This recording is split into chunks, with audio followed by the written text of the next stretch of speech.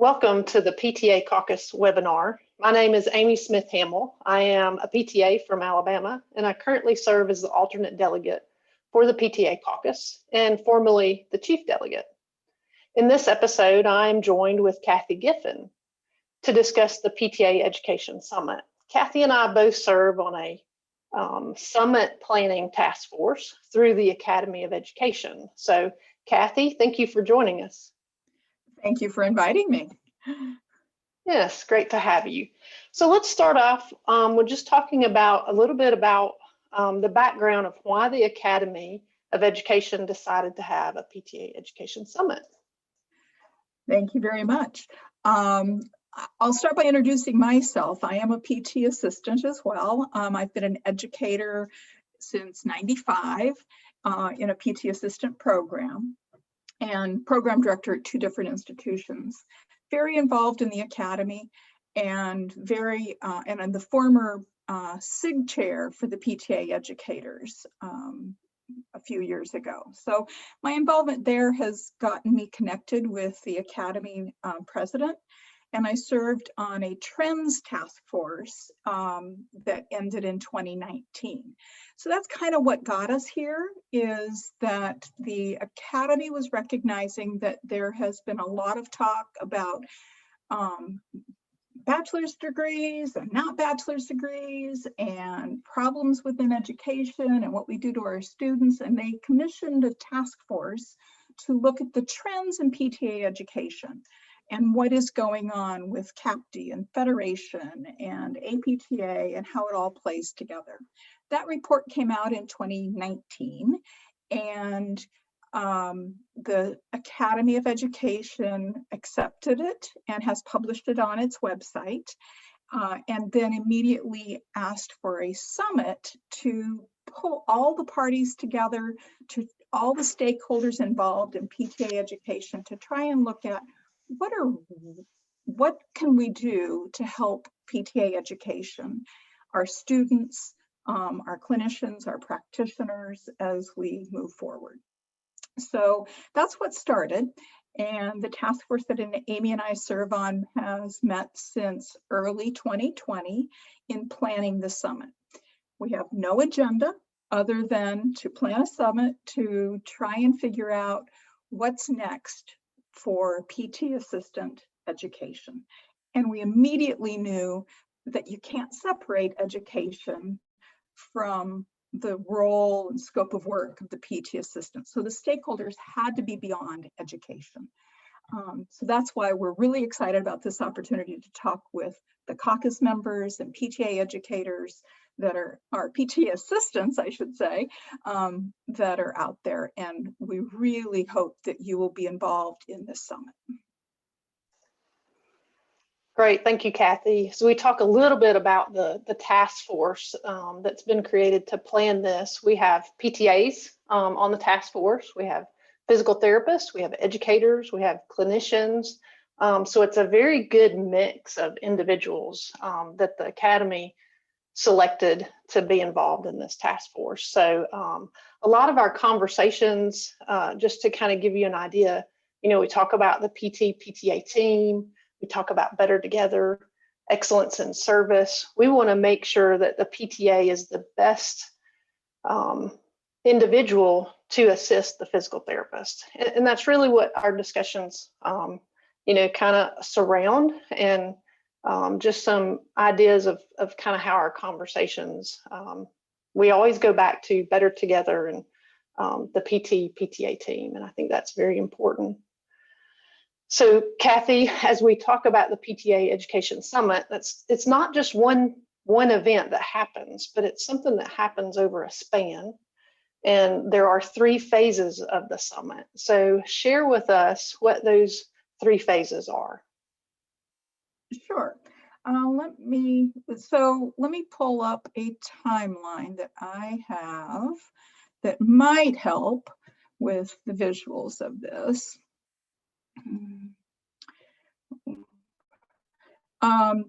So as I mentioned, in spring of 2019, we had the task force report. The summit task force was established in the fall and started meeting. And we've been meeting, we've added to our group. What we're meeting to plan is 3 phases of engagement of as many stakeholders as we can possibly engage. The first opportunity is this summer when we're going to be putting out surveys about the role and education of a PT assistant to as many stakeholders as we can possibly engage. When we talk about stakeholders, we're talking about educators, both PT and PTA. We're talking about the PTA team and as many clinicians out there as we can possibly get involved. And then we're talking about students and new graduates. We've got the different bodies that have some influence, both APTA and the Federation of State Boards and the Commission on Accreditation. We need to hear from everybody at one point or another. So the first thing will be this summer, be looking for some surveys going out to as many as we can. Then in the fall, and the dates are October 11th through November 14th, there will be an asynchronous opportunity for engagement of anybody and everybody that we can possibly recruit to engage. My hope is that we have 500 people engaging in this process of looking at what's the vision for the PT assistant education that meets the needs of PTA education or for the PT assistant in the clinic and our patients and the profession. We can't separate them. So that asynchronous virtual summit is going to have 3 modules. They will be able to be self-paced. We're not asking anybody to sit and listen to lectures, but we do want to make sure that everybody that's participating in the summit has some basic information about the history of PT assistant and education, about some education foundational concepts. So clinicians need more information about education. Educators sometimes need more information about history, and then the scope of work. So there are any the regulations and things that come from the APTA and our legislators and our practice acts. People in Florida probably don't know or understand the different rules for somebody in New York or California. So trying to give some baseline understanding through some self-paced modules so that the participants in that 4th module of the fall summit is to envision where the PTA needs to be and the education for that PTA. I mentioned before, we really have no preconceived goal other than to come out of this with a collaborative vision that there's every possible stakeholder has had an opportunity to participate. And that's where we really hope that the caucus and the connections with PTA practitioners can help us engage those people. Then the final phase will be invited stakeholders who take everything that came out of the surveys and everything that comes out of the fall engagement. And we have a consultant that helps those invited stakeholders to work through the process of validating the vision and looking at next steps. How do we achieve it as a profession to make sure it happens?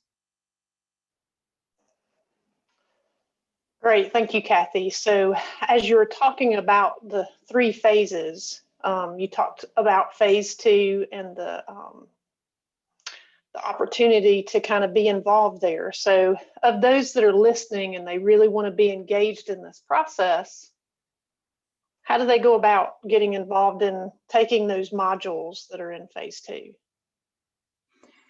So those phase 2 modules will be available through the Academy of Education website, but they will be publicized also through the Facebook and other social media channels to try and engage as many people as we possibly can.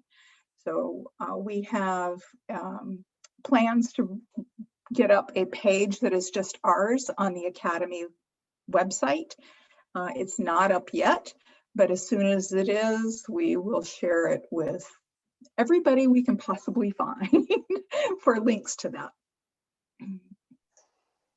Great. So it sounds like we'll be able to find information on the Academy of Education webpage, probably through the same way, also through the same way we've found out about this webinar. So there will be lots of ways that this information goes out to different stakeholders that you mentioned earlier. So as you talk about phase 2 in these modules, I know that there's a prerequisite. So in order to get to the final module, module 4, there's a prerequisite that you complete the first 3 modules. So tell us a little bit about those different modules within phase 2.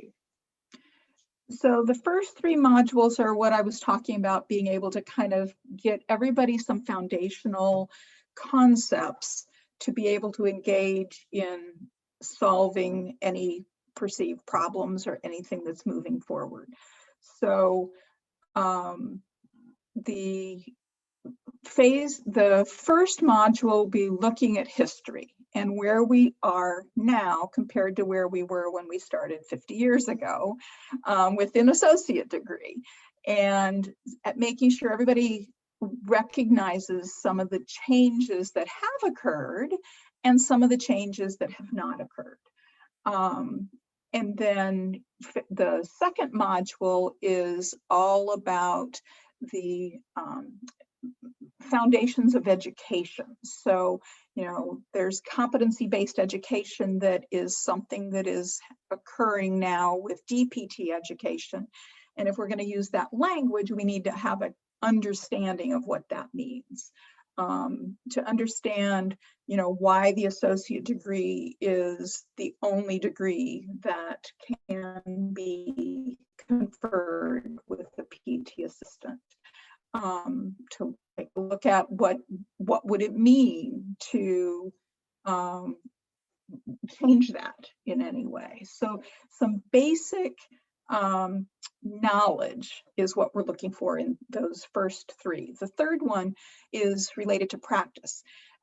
So there's been some APTA changes in some of the policies recently in their bylaws, and that to make sure everybody's up to speed on what the language is. To look at differences between states and some of those limitations, so that again, and all the stakeholders that are participating in the summit have a good basic understanding of the PTA, not just the person that they work with in their clinic, but the expectations of the profession, of the legislatures, of education, some of the limitations of education, in what we can and cannot do, and how we can move forward. So that basic knowledge is that prerequisite reading, that prerequisite involvement. It will have continuing education units with it, so that's a plus.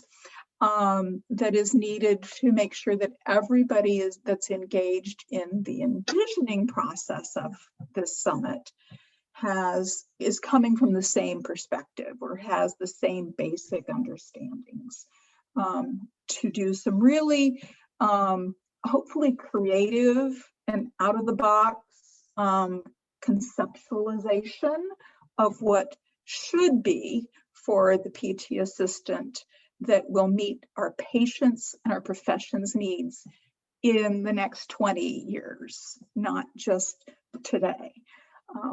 So that creative piece is really where we expect, you know, to come out with a sense of purpose for the future that can hopefully be implemented then by the invited group that meets in the spring of 2022 to kind of fine tune and move forward what the fall summit is doing. So tell me a little bit more about the invited group that will meet in spring of 2022. So the invited group will be the same stakeholder mix that we've invited to participate in everything else, from the surveys to the asynchronous.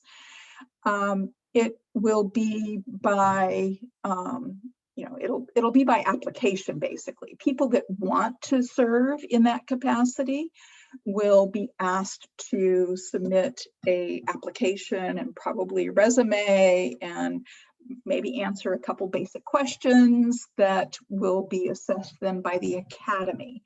The task force is not going to be the one identifying who is invited to that. That is planned to be the board of directors for the Academy of Education. This is their summit.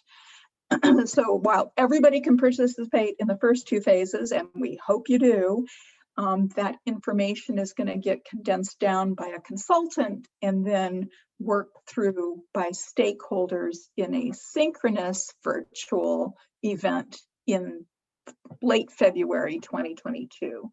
And that piece, then the academy is who gets to decide exactly who gets invited, but I am fairly certain that it will be a good mix of PT assistants and PTs, a good mix of educators and clinicians. Hopefully there are people representing the Federation of State Boards and the Commission and the APTA Board of Directors, and who else? Amy, who am I forgetting? Employers? I don't know. Did you mention employers? So yes. So the clinicians, the employers, those that have to manage the whole reimbursement issue on the administrative end of employment, not just the PT team, academic administration will probably be represented there, DPT education, as well as PTA educators. It will be a diverse mix of people that look at the data. We're an evidence-based practice, an evidence-based profession. Look at the data that comes out of the surveys and the envisioning of the fall. And the more stakeholders we have involved in that envisioning piece, the better outcomes we get, the better picture we get of what's going on and where things need to change and where they absolutely should not change. So those are the pieces that we're looking for. But it will be by invitation, and it will be a set number of people that fill certain roles and perspectives to meet the needs of the academy for that fall summit, or the February piece of the summit. great, thank you. That was very helpful and informative. I've got one more question that I want to ask. And as we talk about the summit, most of it is virtual. So these are activities that you can do from across the nation, across the world, if you wanted to be involved in the summit. So it doesn't limit participation from the standpoint of travel. But if someone would want to do something on site or in person, are there opportunities to get updates or to be in a meeting that is on site? So we hope so.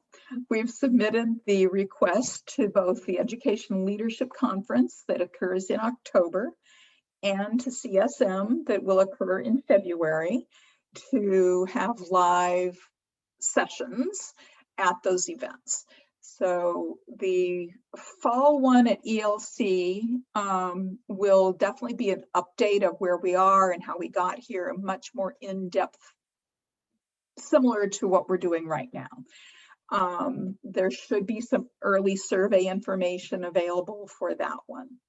The February one will be more of a town hall style, where there will be a little more opportunity for engagement and perspectives.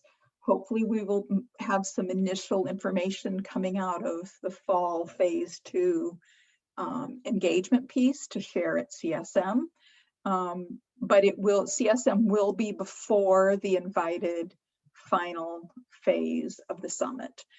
So there won't be any final report to go off of. It's all interim stuff. Then hopefully next year at ELC and CSM, we will have final report stuff to be sharing. It will be shared probably in writing before that at a variety of opportunities. Great, thank you, Kathy. You know, as I listen to you, and I've been involved in the task force, there is a lot of depth and breadth to this planning process, and you've been in the trenches. You've been very engaged and involved. You are the chair of this task force, and I know that you've spent a lot of time devoted to this process. And you know, I just want to say thank you. Thank you for your time and commitment to this process. I know recently retired. You've been working as the PTA Education Summit task force chair, and so you've put a lot of time and effort. And on behalf of PTAs and physical therapists across this nation, thank you for your effort and for really working to ensure that the future of the PTA team is discussed and thought about, and that we really focus on where we need to be and where we want to go. Well, thank you, Amy. That was very nice. PT assistant is my life, and education is my passion. And it's been a pleasure to work with the task force as dedicated as this one is. The 7-member task force has been phenomenal. And yes, I'm glad I'm retired because it's taking a lot of energy, but it's also worth it. And anything we can do to help spread the word and get everybody engaged as much as possible will help the outcome of this summit to really meet the needs of future PT assistants, as well as the future of our PTA team. So thank you. Great, thank you, Kathy. Everyone out there, be on the lookout for more information on the PTA Education Summit. Remember, you can go to the Academy of Education website, and there will be a web page coming live soon to give you more information. Thank you. Bye, everybody.